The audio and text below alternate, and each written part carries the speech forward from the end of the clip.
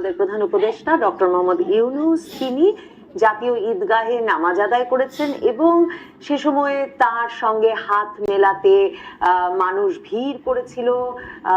প্রধান উপদেষ্টা অক্লান্তভাবে হাত মিলিয়ে সরকারের 5 বছর চাই এমন সব স্লোগান উঠেছিল। ডক্টর মোহাম্মদ ইউনূস সংক্ষিপ্ত বক্তৃতাও দিয়েছেন ঈদগাহে, জাতীয় ঈদগাহে এই নামাজ আদায়ের সময়। তো এই যে ইউনূস সরকার বারবার দরকার, এই স্লোগান এবং জনসমক্ষে উপস্থিত হওয়া, ডক্টর মোহাম্মদ ইউনূস আমরা জানি যে তিনি বিশ্বসভায় পরিচিত ব্যক্তিত্ব হলেও আমরা বাংলাদেশে তাকে আওয়ামী লীগ আমলে কিংবা তার আগে কখনো কোনো প্রকাশ্য স্থানে মানে পাবলিক অ্যাপিয়ারেন্সে আমরা সেভাবে দেখিনি। সেভাবে কি আমরা আসলে দেখিনি।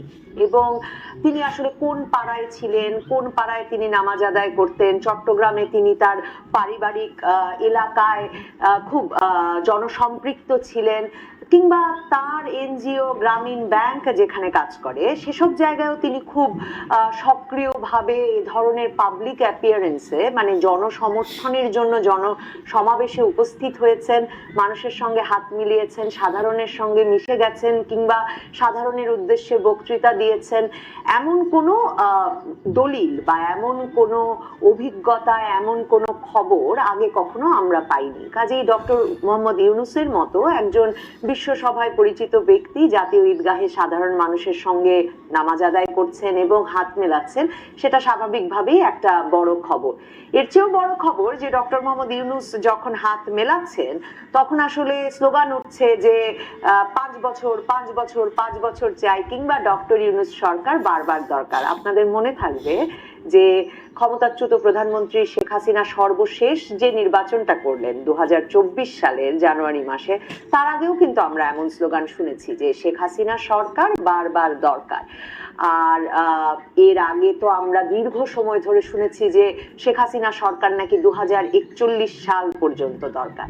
কাজেই সাধারণ মানুষ বাংলাদেশের শাসক শ্রেণীর সামনে কোন সে সাধারণ মানুষ যারা স্লোগান তোলেন কিংবা কোন সে সাধারণ মানুষ যারা আসলে যিনি শাসন ক্ষমতায় থাকেন তাকেই দীর্ঘ সময় দেখতে চান এবং কোন বিবেচনায় চান, সেগুলো আসলে ভিন্ন ভিন্ন প্রসঙ্গ, নানা সময়ে নানা রকম প্রসঙ্গ যুক্তি দিয়ে সেগুলো আলাপ আলোচনা করা চলে। তবে আজকে ডক্টর মোহাম্মদ ইউনূসের এই হাস্যোজ্জ্বল ছবি, তার নামাজ শেষে বক্তৃতা দেওয়া এবং হাত মেলানোর ছবি, সেগুলো আমাকে মনে করিয়ে দিল আমি তো আসলে মানে আমার জন্ম বেড়ে ওঠা সেটা মূলত এরশাদ আমলে, এবং এরশাদের আমলে, এরশাদ সরকারের আমলে আপনাদের মনে থাকবে প্রেসিডেন্ট এরশাদ যখন ক্ষমতায় তখন প্রতি জুম্মাবারে সবচেয়ে বড় খবর ছিল কিন্তু যে প্রেসিডেন্ট কোন মসজিদে নামাজ পড়তে যান এবং সেখানে নামাজ পড়তে গিয়ে তিনি একটা বক্তৃতা দেন। সেটা তখন বিটিভির বাংলা সংবাদ, ইংরেজি সংবাদে পুরো বক্তৃতাটা প্রকাশ পেত, মানে প্রচারিত হতো, এবং আমাদের তো তখন বিটিভি ছাড়া কিছু ছিল না, আমরা তখন সেই বক্তৃতা শুনতাম আর তিনি এরপর ওই এলাকায় হাত মিলিয়ে আসতেন এবং কি বিপুল জনপ্রিয়তা, মানে লোকে ভিড় করতো এরশাদ সাহেবের সঙ্গে হাত মেলাতে এবং লোকে অপেক্ষা করতো যে কবে তার এলাকার মসজিদে গিয়ে প্রেসিডেন্ট নামাজ আদায় করবেন।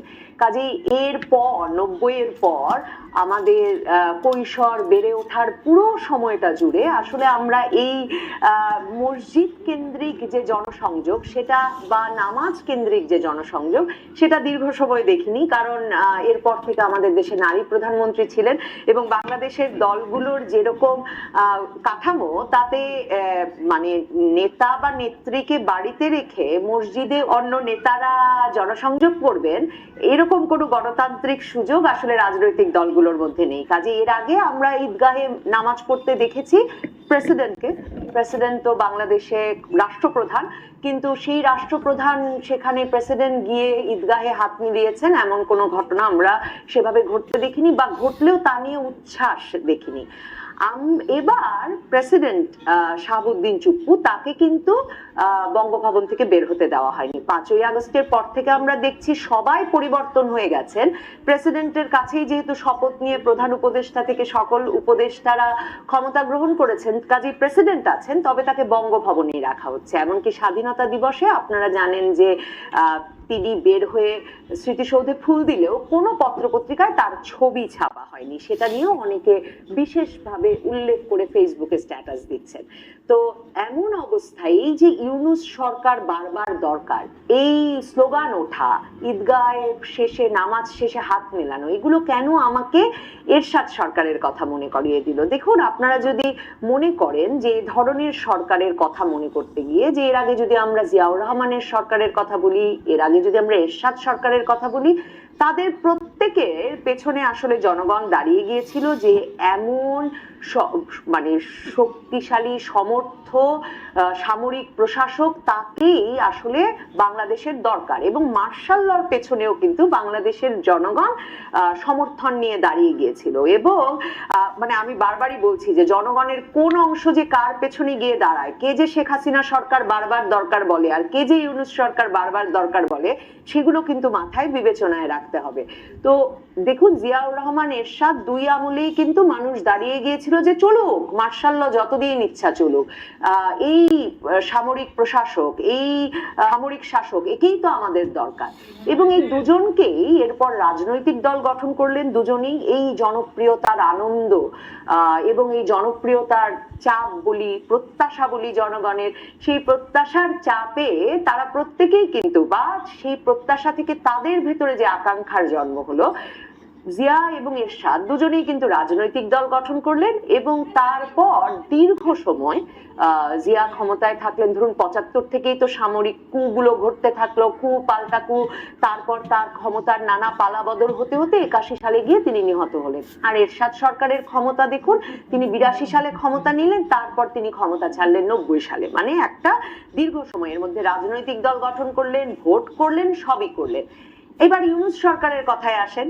দেখেন, ইউনূস সরকার 5 বছর থাকতে পারবেন কিনা? নিশ্চয়ই পারবেন, কেন পারবেন না? আর আমি যেটা বারবার বলি যে শেখ হাসিনা সরকার 15 বছর থেকেছেন, কাজে ইউনূস সরকার থাকতে পারবেন না কেন? আপনি যদি ফেসবুকেও দেখেন যে নির্বাচন চাইলেই, যারাই নির্বাচন চাইছেন তাদেরই ইউটিউব পোস্টই হোক আর ফেসবুক পোস্টই হোক, একদল লোক এসে নিচে লিখছেন, কেন শেখ হাসিনা যদি 15 বছর থাকতে পারেন, ইউনূস সরকার থাকতে পারবেন না কেন?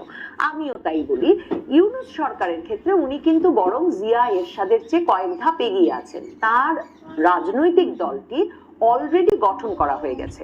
তার গড়া ছাত্রদের দল এনসিপি এখন যে প্রধানতম রাজনৈতিক দল, সে বিষয়ে কোনো সন্দেহ নেই। বাংলাদেশের পত্রপত্রিকাগুলো দেখুন, সংবাদ মাধ্যম দেখুন, এনসিপির কোন নেতা, নাহিদ ইসলাম কোথায় গিয়ে ঈদ করছেন, সার্জিস আলম কোথায় গিয়ে ঈদ করছেন, হাসনাত আব্দুল্লাহ কোথায় গিয়ে ঈদ করছেন, তা নিয়ে ঈদের 3 থেকে 4 দিন আগে থেকে খবর শুরু হয়েছে। এবং রীতিমতো সংবাদ মাধ্যমগুলো তাদের ফলো করছে, ফলো করে করে কোন ঈদে কোন জনসংযোগে তারা কি বলছেন, কোন দিনে তারা কি বলছেন, এই খবরের বিস্তারিত আমাদের এখন সবার মুখস্থ। আপনি কি বিএনপির এরকম 3 জন নেতা কোথায় কোথায় গেছেন, তারা বাড়িতে কি জনসংযোগ করছেন এবং কি বক্তব্য রাখছেন, এগুলো খবর পাচ্ছেন পত্রপত্রিকায়? বিএনপির 5 জন নেতা না হয় বাদই দিলাম, 3 জন নেতার এমন খবর পাচ্ছেন। তার মানে বাংলাদেশের প্রধানতম রাজনৈতিক দল এখন এনসিপি, ডক্টর মোহাম্মদ ইউনূসের গড়া ছাত্রদের দল জাতীয় নাগরিক পার্টি।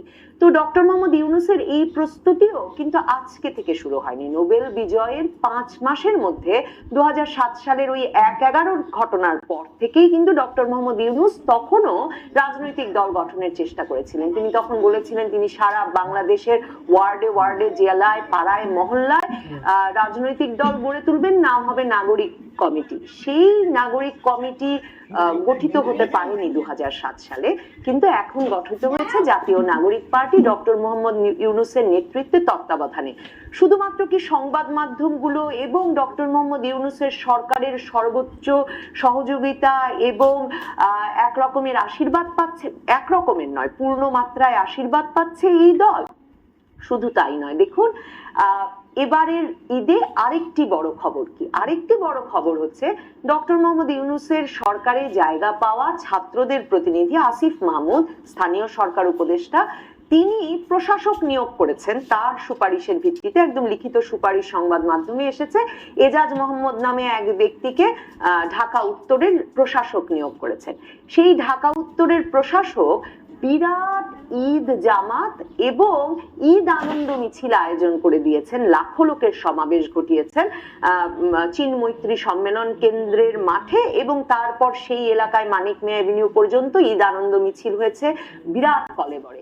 সেই ঈদ আনন্দ মিছিলে নেতৃত্ব দিতে গেছেন কে? আসিফ মাহমুদ। তার মানে ডক্টর মোহাম্মদ ইউনূস এবং ডক্টর মোহাম্মদ নয়, তারাই সবচেয়ে বেশি জনসংযোগ করছে এই ঈদে, এবং সেই জনসংযোগ সবচেয়ে বেশি মনোযোগও পাচ্ছে। তার মানে জিয়া এরশাদকে যে প্রক্রিয়াগুলোর মধ্য দিয়ে যেতে হয়েছে, কয়েকটি ধাপ পেরিয়ে ডক্টর মোহাম্মদ ইউনূস তার 2007 সাল থেকে করা প্রস্তুতির সূত্রে এবং এবার একটা ওনার ভাষাতেই একটা মেটিকুলাস ডিজাইনের অভ্যুত্থানের পর, ক্ষমতা নেওয়ার পর তিনি বেশ গুছিয়ে বসেছেন। অন্যদিকে দেখুন সেনাপ্রধানের কথা যদি বলি, কারণ এর আগে আমরা যদি সায়েম সাত্তার সরকারের কথা ভাবি, এরশাদ সরকারের সময়, জিয়া সরকারের সময়, তাহলে আমরা দেখব যে এদেরকে সরিয়ে ক্ষমতায় আসতে হলো সেনাপ্রধানকে। এই সূত্রেই বারবার ধরুন এক রকমের গুঞ্জন ওঠে, জোর গুজব উঠে যায় যে এই বোধহয় মার্শাল ল চলে এলো, এই বোধহয় মার্শাল ল চলে এলো। মানে কোনো গুজব সূত্রেই কিন্তু এই বোধহয় ডক্টর মোহাম্মদ ইউনূস খুব দ্রুত নির্বাচন দিয়ে দিলেন, আর সেই নির্বাচনে জিতে বিএনপি বা জামাত কেউ ক্ষমতায় চলে এলো, সেই গুঞ্জন কিন্তু ওঠে না। গুঞ্জনটা ওঠে যে ডক্টর মোহাম্মদ ইউনূস সরকারকে তাহলে সরিয়ে দিতে পারে কে? মার্শাল ল, মানে জেনারেল ওয়াকারুজ্জামান।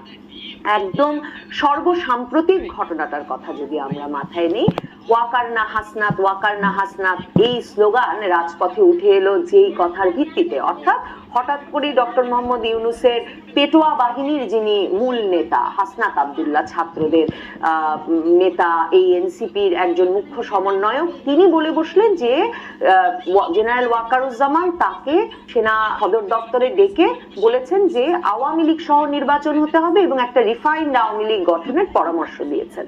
তারপর এমন একটা উত্তেজনাকর পরিস্থিতি এই এনসিপি রাজপথে তৈরি করলো, আঙুল উঁচিয়ে সেনাপ্রধানকেও তারা সরিয়ে দিতে দ্বিধা করবে না ধরনের কথা বলা শুরু করলো। মনে হলো যে একটা কোনো ব্যবস্থা বোধহয় সেনাপ্রধানকে নিয়েই নিতে হবে। কিন্তু আমরা উল্টো দেখলাম, আসলে এর প্রতিক্রিয়ায় হলো সংবাদ মাধ্যমগুলো, মানে একদম ডেইলি স্টারের সম্পাদক মাহফুজ আনাম থেকে শুরু করে সংবাদ মাধ্যমগুলো, সাধারণ মানুষের মধ্যে একটা আতঙ্ক তৈরি হলো। সকলে বলতে থাকলেন আসলে স্থিতিশীলতা দরকার, স্থিতিশীলতা দরকার। এবং তার প্রেক্ষিতে আমরা যখন দেখলাম জেনারেল ওয়াকারুজ্জামান তার অফিসার্স অ্যাড্রেসে ডেকে বললেন সবাইকে শান্ত থাকতে, তার কর্মকর্তাদের বললেন যে নানাভাবে আমাদের উত্তেজিত করার চেষ্টা হবে কিন্তু আমরা শান্ত থাকবো, তখন আমরা বরং সেনাপ্রধানের ধী শক্তির প্রশংসা করলাম এবং বললাম যে এমন ধৈর্যশীল সেনাপ্রধানই তো আমাদের দরকার, যিনি ডক্টর মোহাম্মদ ইউনূসের সরকারকে, এসব বাচ্চা ছেলে পেলে যতই উনাকে উস্কাক না কেন, তিনি ডক্টর মোহাম্মদ ইউনূসের সরকারকে স্থিতিশীল রাখতে কাজ করবেন। তার মানে সকল কিছুর মূল জায়গা হয়ে যাচ্ছে, সকল প্রতিষ্ঠানের মূল দায়িত্ব হয়ে যাচ্ছে যে কোনো ভাবে ডক্টর মোহাম্মদ ইউনূসের সরকারকে স্থিতিশীল রাখা। আর ডক্টর মোহাম্মদ ইউনূসের সরকারের কাজ হচ্ছে নানা রকম ভাঙচুর, মববাজি, উচ্ছৃঙ্খলতায় কোনো প্রতিক্রিয়া না দেখানো। অন্যদিকে এই যে একটা বিশ্ব নেতার জায়গা, সেই জায়গা থেকে নানা সময়ে জনসংযোগে নিজেকে উপস্থাপন করা এবং সেই জনসংযোগে উপস্থাপিত হয়ে এই ভরসা নিয়ে আসা জনগণের কাছ থেকে যে এমন একজন ব্যক্তিকেই আমাদের দরকার, বারবার দরকার, অন্তত 5 বছর দরকার।